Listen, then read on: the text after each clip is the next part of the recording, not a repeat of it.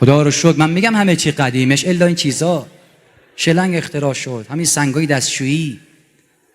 شما یادت نمیاد حامد؟ سنگ دستشویی های قدیم این شکلی نبود که الان تو خونه هاتونه، شکل زوزنقه بود اینجوری. یه چیزایی داره یادتون میاد. یعنی سوراخ سنگ توالت نزدیک هسته کره زمین بود. شما خوب دقت میکردی مذابو میدیدی حرکت میکنه. اصلا نیاز نبود طهارت بگیری، خود حرارت کز میداد، همه چیو بخار میکرد میبود. ما بچه بودیم میترسیدیم، میگفتیم الان یه اژدها از اون سوراخ میاد بیرون. دیوارهاش هم سیمانی بود، هر چی میچسبید پاک نمیشد اصلا. اصلا که از رفقا میگفت من یه روز رفتم توی کن توالت قدیمی ها که زوزنقه بود، نگاه کردم یه آمریکایی اون برای کره زمین دست تکون داد. هلو مای فرند.